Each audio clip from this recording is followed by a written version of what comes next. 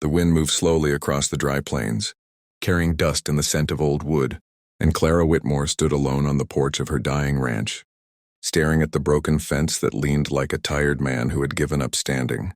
Since her husband died 3 winters ago, the land had been slowly slipping through her fingers, boards rotting, cattle wandering off, and silence growing heavier each night. She had learned how loud loneliness could be when the sun set and no one answered her thoughts.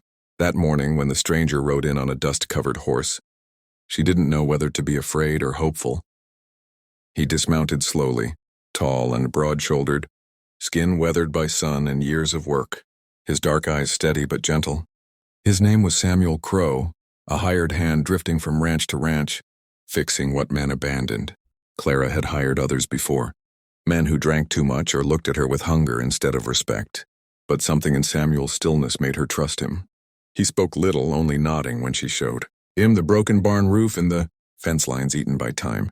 From the first hammer strike, she noticed how carefully he worked, like each nail mattered, like the land itself deserved respect.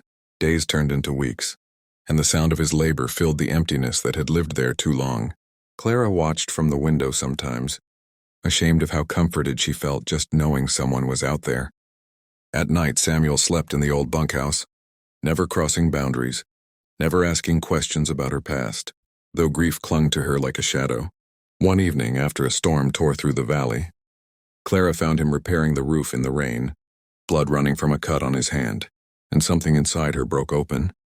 She insisted he come inside, bandaged him herself, her fingers trembling as they brushed his skin. Their eyes met, and in that quiet moment neither spoke. Because some truths don't need words.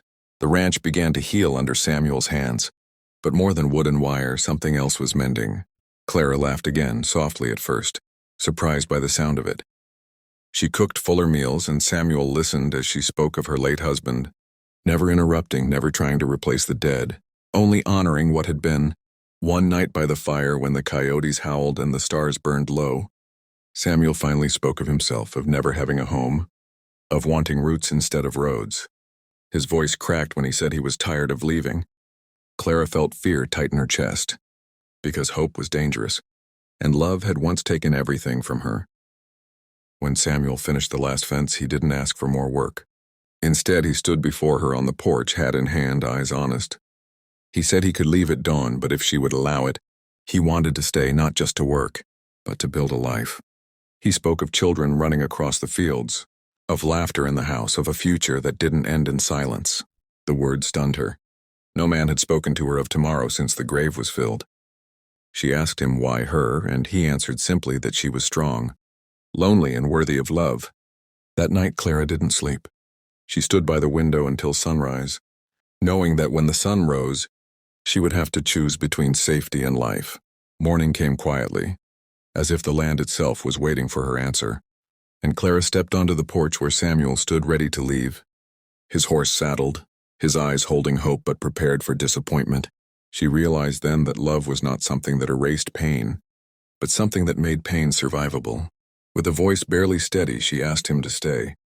Not forever, not yet, but long enough to see if 2 broken lives could fit together. Samuel nodded, relief washing over his face like rain on dry earth, and he unsaddled his horse without another word. The days that followed were gentle and uncertain, like learning to walk again after a fall.